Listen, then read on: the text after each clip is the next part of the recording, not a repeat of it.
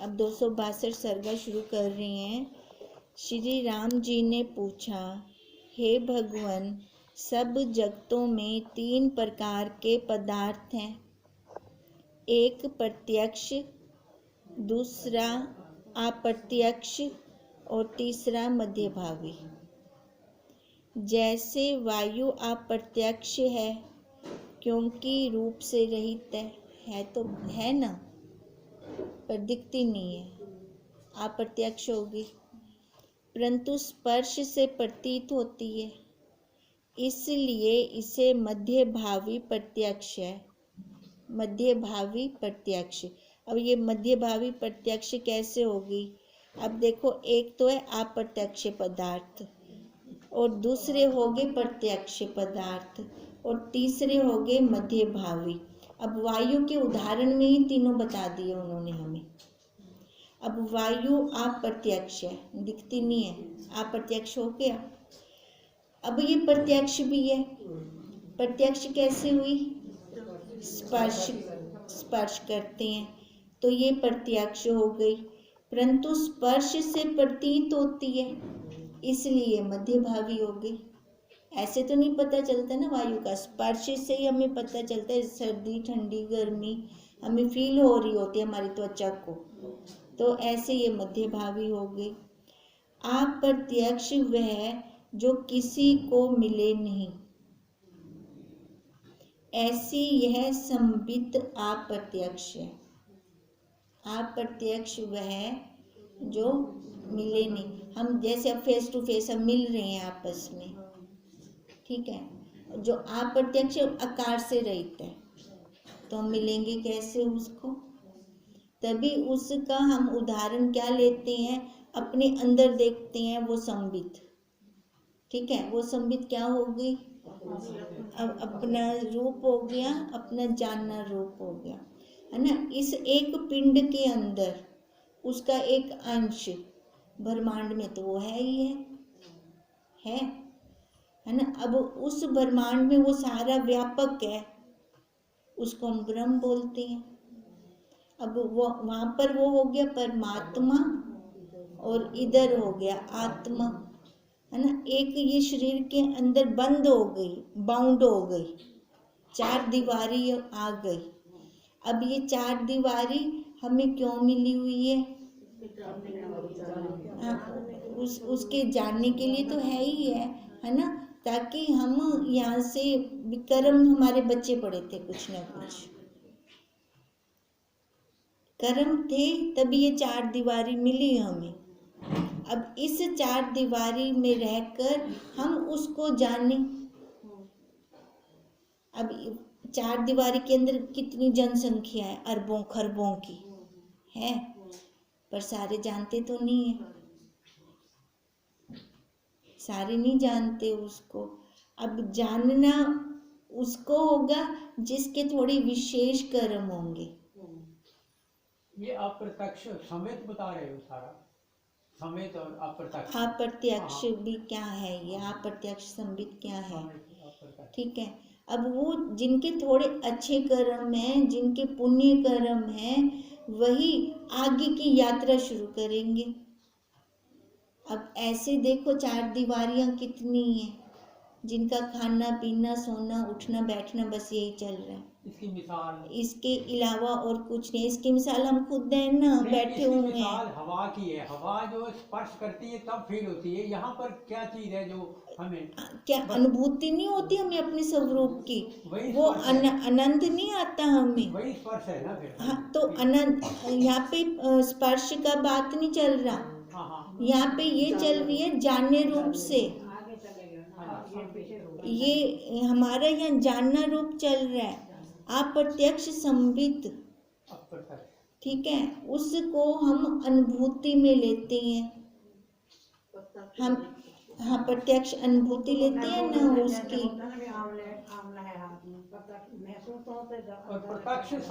इसको 2 मिनट ना आप पहले जो चल रहा है उसकी तरफ ध्यान दो, है ना, नहीं तो फिर लहर टूट जाती है, बीच में प्रश्न होते हैं तो ऐसे। अब देखो, अब जो हम ये चल रही हैं, आप प्रत्यक्ष जो किसी को नहीं मिले, ऐसी वह संबित अप्रत्यक्ष है। अब इसके ऊपर चल रहा है हमारा संबित जो अप्रत्यक्ष है। अब जो ये संबित अप्रत्यक्ष है इसको हम अनंत रूप में लेते हैं। आता है जब हम अपने स्वरूप को जानते हैं, हमें आनंद कितना आता है। तभी तो इसको मिठास बोला गया ना। इस ज्ञान को मधु ज्ञान बोलते हैं। इस ज्ञान को मधु विद्या, मधु विद्या इसलिए बोलते हैं, दिखती तो है नहीं हमें, पर आनंद हम सारा लेते हैं। अब हम ज्ञान मार्गी हैं, ज्ञान मार्ग से चल रहे हैं, तो हमारा चित्त गदगद हो जाता है, प्रसन्नता से भर जाता है। ठीक है। और जो भक्ति मार्ग से चलते हैं वो आनंद में झूमने लगते हैं। झूमते वो भी हैं, झूमते हम भी हैं। अंतर है, झूमते वो भी हैं, झूमते हम भी हैं। वो झूमते तब हैं, उनको पीछे नाद चाहिए, नाद चाहिए उनको झूमने के लिए। हमें नाद नहीं चाहिए, हमें अपना ही चाहिए। तो ये अप्रत्यक्ष संबित है। हे मुनीश्वर, चंद्रमा के मंडल में भी यह संवेदन जाता है और फिर गिरता है। अब देखो, ये जो चंद्रमा के मंडल में यह संवेदन जाता है, अब कैसे जाता है चंद्रमा के मंडल में? अब जैसे किसी का जन्म हुआ, एक आकार में से निकल गया, इस लोक में से गया, परलोक में आ गया। ठीक। अब जब वो परलोक में आया तो सीधा तो उसको मनुष्य शरीर नहीं मिलता। अगर उसके कर्म अच्छे हैं फिर भी ना वो अन्न के द्वारा ही अंदर जाएगा। मनुष्य शरीर के अंदर कैसे आएगा? अन्न के द्वारा आएगा। अन्न वो कैसे पकता है? चंद्रमा की किरणों में। रस कैसे आता है ना? चंद्रमा की किरणों में, किरणों से उसके अंदर रस आता है।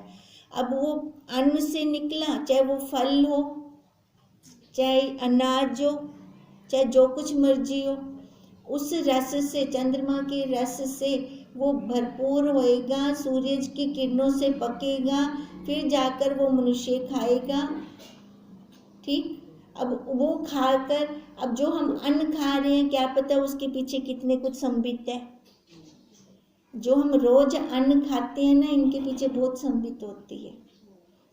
अब वो वाला अन्न कोई पक्षी भी खा जाते हैं, सारे मनुष्य तो नहीं खाते, पक्षी भी खाते हैं।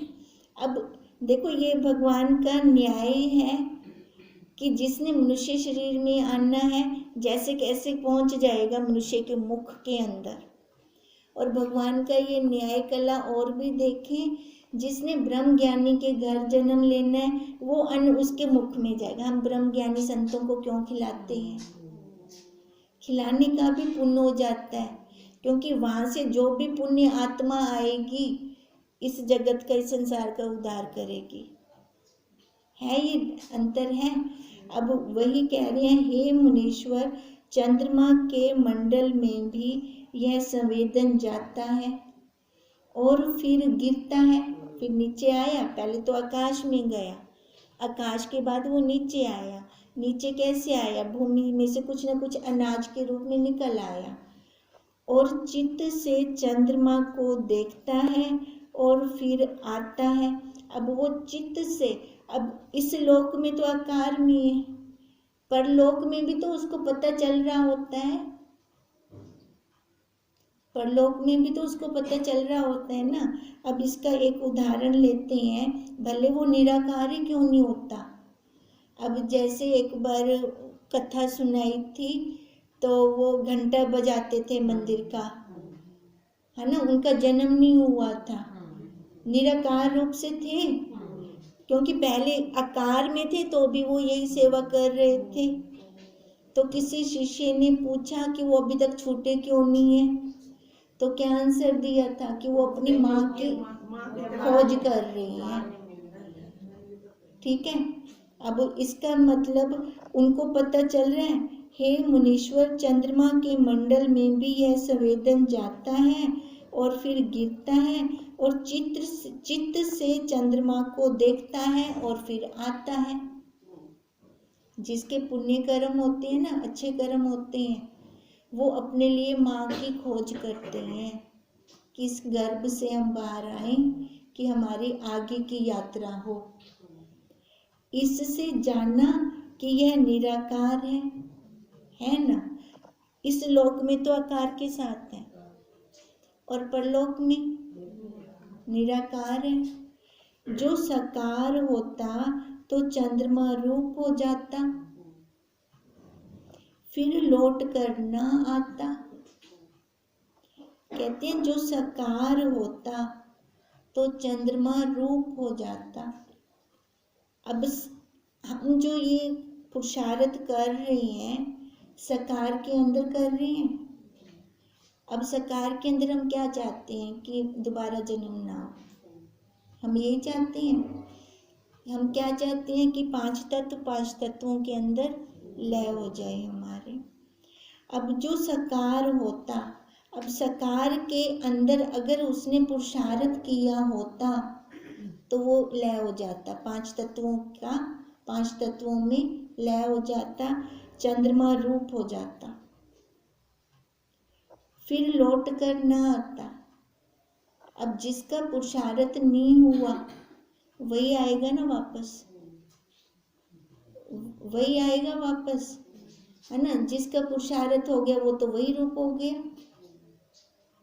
हम शांति का प्रतीक चंद्रमा को बोलते हैं। जिसको बहुत गुस्सा होता है ना उसको चांद डलवाते हैं, पंडित लोग डालते हैं, है ना। अब इसका क्या मतलब है, चांद से शांति आए इनको।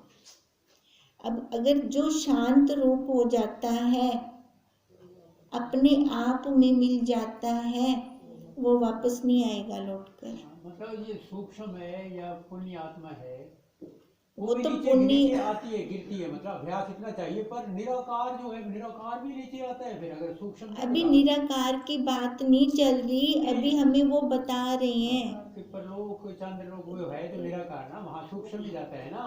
वो चंद्रमा रूप कह रहे हैं, चंद्रलोक नहीं कह रहे, आप समझो। वो चंद्रमा रूप कह रहे हैं, चंद्रलोक नहीं कह रहे, ठीक है। अब चंद्रमा रूप मतलब शांति का प्रतीक।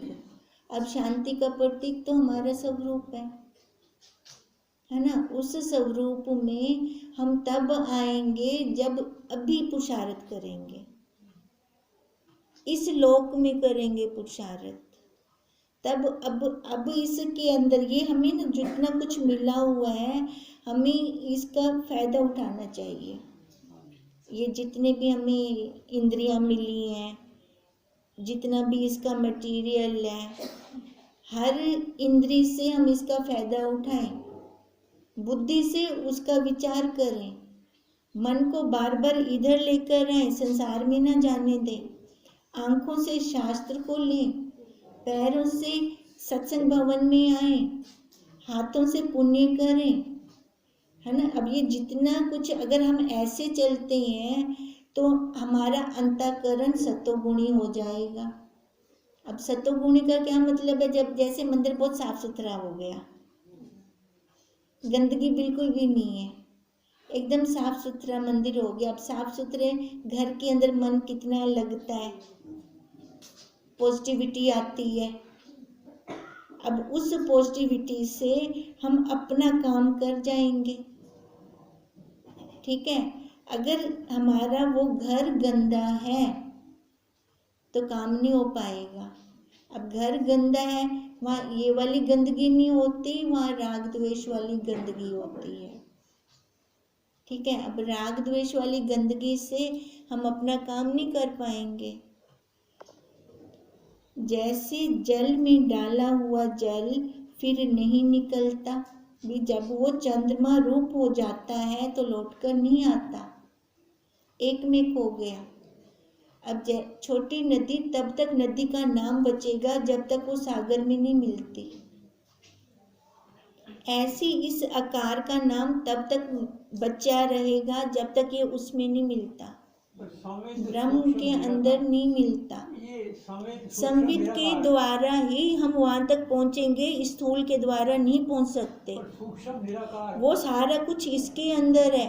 सूक्ष्म निराकार। अब जैसे वायु का इन्होंने उदाहरण दिया, अप्रत्यक्ष नहीं दिखती ना वायु, हाँ, प्रत्यक्ष स्पर्श होती है, पता चल जाता है। मध्य भावी सर्दी गर्मियां महसूस कर रही हैं, प्रत्यक्ष आप देख रहे हैं, जब कपड़े झूलदे पे होंगे ना, हवा चल रही है तो झूलदे पे होंगे ना, प्रत्यक्ष दिखती भी है ना। मध्य भावी ना होंदे हुए भी साकू लगती भी है, ठीक है। अब ऐसी वो संबित प्रत्यक्ष तो दिखेगी नहीं, प्रत्यक्ष ये आकार, अप्रत्यक्ष रूप से वो मध्य भावी, हम उसको अनुभूति में लाते हैं, अनुभव करते हैं। अब उसका बात बता रहे हैं, उसमें एक में एक जब हो जाएंगे तब वो चंद्रमा रूप हो जाएगा। जैसे जल में मिल गया, जल का उदाहरण दे रहे हैं, जल में मिल गया, ठीक है। अब ये करंट हमें ऐसे नहीं दिखता, उपकरण के द्वारा हमें पता चलता है करंट का। अब ऐसे उस संबित का हम ऐसे बार कहाँ देखें उसको, इस उपकरण में आती है तो हमें पता चलता है। पखे विच करंट है तां पखा चंगा लगदा पे, नहीं तो पखे दी क्या वैल्यू। अब ऐसे ही इसके अंदर वो करंट है तब अच्छा लग रहा है, नहीं तो देखो हम दूसरे दिन जला देते हैं ना, आकार को जला देते हैं, हमको क्या नहीं जलेंगे क्योंकि वो बाहर आ गई। अब ऐसे वो कह रहे हैं, जो साकार होता तो चंद्रमा रूप हो जाता, फिर लौट कर ना आता, जैसे जल में डाला हुआ जल फिर नहीं निकलता। जब ये पांच तत्वों में लय हो जाएंगे, फिर वो दोबारा आकार ही नहीं लेगा। फिर क्या कहेंगे, छोटी लाइन बड़ी लाइन में मिल गई, ला छोटी लाइन का अपना नाम छोटी लाइन आखसो, आँख ही नहीं सकते, वो एक में एक हो गया ना। जैसे हम नदी और सागर का उदाहरण लेते हैं, इस कारण जानता हूँ कि यह अप्रत्यक्ष अर्थात निराकार है। सारा कुछ इसी के अंदर जान रही हैं वो, अप्रत्यक्ष भी प्रत्यक्ष भी मध्य भावी भी। हे मुनीश्वर, अज्ञानी का आशय लेकर मैं पूछता हूँ कि इस शरीर में जो प्राण आते जाते हैं वे कैसे आते जाते हैं। जो तुम कहो कि संबित जो ज्ञान शक्ति है इस शरीर और प्राण को लिए फिरती है, जैसे मजदूर भार को लिए फिरता है, तो ऐसे कहना ठीक नहीं। अब क्या पूछ रहे हैं, हे मुनीश्वर, अज्ञानी का आशय लेकर मैं पूछता हूँ, ये राम जी पूछ रहे हैं कि इस शरीर में जो प्राण आते जाते हैं वे कैसे आते जाते हैं। देखो इसके अंदर 5 प्राण काम कर रहे हैं, हर प्राण से हर इंद्रिय काम कर रही है। उन प्राणों को सत्ता देने वाला वो एक ही है, ठीक है। अब जैसे हम एक उदाहरण ले रहे थे कि पूरे भारत का प्रधानमंत्री एक, ठीक, रहते दिल्ली में है, उनके आगे और मंत्री बहुत सारे हैं जो इकट्ठे मिलकर उनको सूचनाएं देते हैं। प्रधानमंत्री तो हर देश में नहीं जाते ना, पर काम तो सांभा हुआ है ना सबका हेड तो वही हो गए ना प्रधानमंत्री। उनका रहने का स्थान वो दिल्ली हो गया, राजधानी। अब ऐसे उस संबित का रहने का स्थान ये हृदय हो गया। इस हृदय से आगे ये 5 प्राण इन्होंने मंत्री बना दिए। अब ये मंत्री हर काम करके वहां तक पहुंचा देते हैं, ठीक है। आज्ञा तो उनसे मिलती है ना काम करने की, प्रधानमंत्री से ही आज्ञा मिलती है ना काम करने की। अब ऐसे इन्होंने इस पूरे शरीर को ऐसे कंट्रोल में कर रखा है इन कि इस शरीर में जो प्राण आते जाते हैं वे कैसे आते जाते हैं। जो तुम कहो कि संबित जो ज्ञान शक्ति है इससे शरीर और प्राण को लिए फिरती है। अब देखो, अब ये प्राण से चल रहा है, प्राणों को कौन दे रहा है, शक्ति कौन दे रहा है प्राणों को। प्राण भी तो अपने आप नहीं चल सकते, उसी से, तो उसी संबित से, ठीक है। जो ज्ञान शक्ति है वो हम कहते हैं ना, ये क्या आत्मा क्या है, हाँ ज्ञान है ना एक। हम परमात्मा को कहते हैं ज्ञान है, हम देख तो नहीं सकते, खाली अनुभूतियां ले रही हैं। अब जैसे पानी के अंदर शक्कर एक में एक हो गई, हम देख तो नहीं सकते, मीठा मीठा मीठा कर गई ना, जल को मीठा कर गई, लय हो गई, देख नहीं सकते। बाहर वाला जल और मीठा जल दोनों एक लगेंगे हमें, पर अंतर है दोनों के अंदर। ऐसी इस ज्ञान से, जो अपना ये परमार्थिक ज्ञान है, इस ज्ञान से हम इसको जान रहे हैं। पहले हम इसको जानते थे, पहले हम खाली शरीर वाला जानते हैं हमसे, है ना, तामिता ही चलता ही पे आई, क्योंकि वो अपना काम तो कर दी पे ना, हाँ सत्ता तो वही थी ना।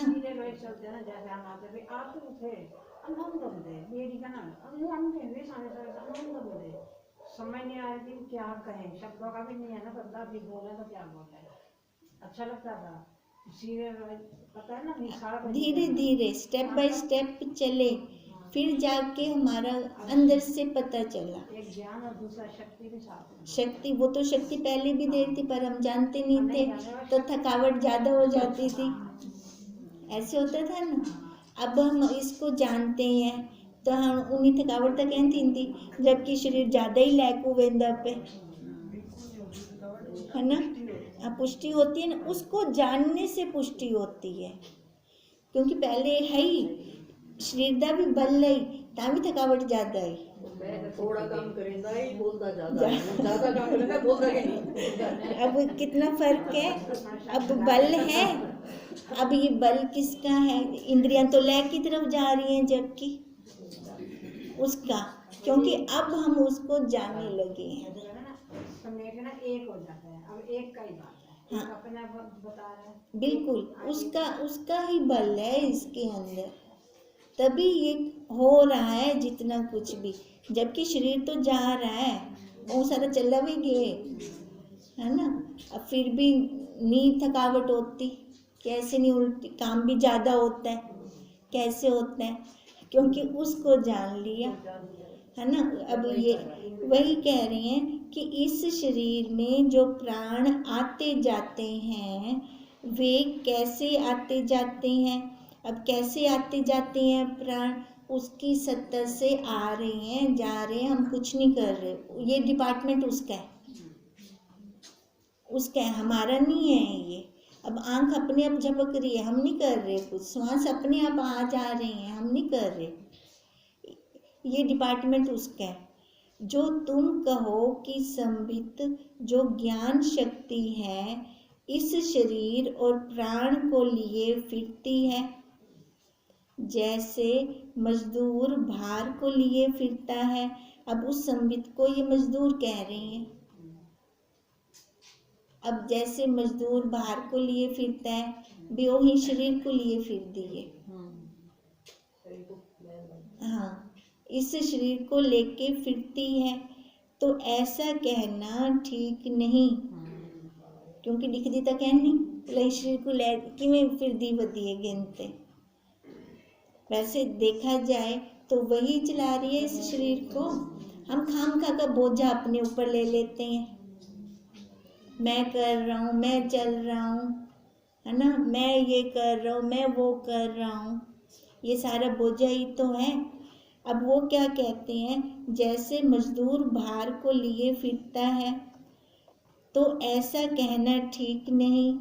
अब राम जी कह रहे हैं हिडो भी आख दे पेन, ठीक है, हिडो भी आख दे पेन, पर ऐसा मैं नहीं कह सकता, क्योंकि संबित तो आप प्रत्यक्ष निराकार है। मेरे को दिखती तो कहनी पी जो मैं इन्हें आखा उनको।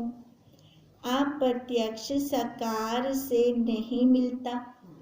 जड़ा संबित तो आप प्रत्यक्ष लो साकार नल किवें मिल गई, लो ही साकार को किवें चाहती वती है वो। तब वह चेष्टा क्यों कर करे, है ना, भी उनको क्या जरूरत पी है चेष्टा करन दी, शरीर को चाहते घूमन दी, उनको क्या जरूरत पी है। जो कहो कि निराकार संबित ही चेष्टा कराती है, तो पुरुष की संबित चाहती है कि पर्वत नृत्य करे। अब वो क्या कह रहे हैं भी, अगर चाहे कि वो निराकार ही करवा रही है सारी चेष्टा, ठीक है, लाता पुरुष ए आग से वह जिहड़ी संबित है पर्वत विच भी है, पुरुष आग से वो भी करे, नृत्य करे, वो भी चले कि पर्वत नृत्य करे, पर वह तो इसका चलाया नहीं चलता। और कहते हैं कि ये पदार्थ उठावे, जब संबित है ना, संबित ही सारा कुछ करवेंदी पी है। ये राम जी का प्रश्न चलता पे, ठीक है, तब ला बिना पदार्थां विच भी तो संबित है, ला वो संबित भी काम करे ना। अब कह रहे हैं जैसे जड़ और पदार्थ फिर उठावे, परंतु वे तो नहीं उठते, उनके लिए तो किसी और चेतन की जरूरत पड़ती है, क्योंकि पदार्थ साकार हैं और वृत्ति निराकार है। पदार्थ तो दिख दे पे, अब दिख दे होए भी वो काम तो कर देगा नहीं ना, लहुना को भी काम करना चाहिए था। इसका क्या उत्तर है? अब प्रश्न समझ आया क्या बोला है राम जी ने? बोला कि वो सभी एक जैसा करे ना, पहाड़ भी नाचते हैं, अगर पहाड़ में इतनी है तो वो हाँ। भी, और जो जड़ चीजें हैं वो भी किसी चीज को उठाए, वो भी हाँ काम करें और की जरूरत ना पड़े। अब जैसे इस निराकार है, हाँ तो साकार को फिर वो साकार में भी तो वही निराकार है ना, है, तो फिर वो क्यों नहीं वो करता, करते, काम करता। हाँ, तो इधर कहते हो है कि वो भी पहाड़ चले तो क्यों नहीं चलता, क्यों नहीं चलता। अब इधर कहते हो इधर वो संबित है, संबित करवा रही है ना, ऐसे वो संबित तो हर जगह है, तो जड़ को भी करवाए वो, प्राणों को लेकर बता रहे हैं ना। अब कह रहे हैं इसके अंदर प्राण फिर कैसे चलते हैं, ठीक है, आगे आंसर फिर कल करते हैं भी, विशिष्ट जी क्या आंसर देते हैं। कल वीरवार हो जाएगा।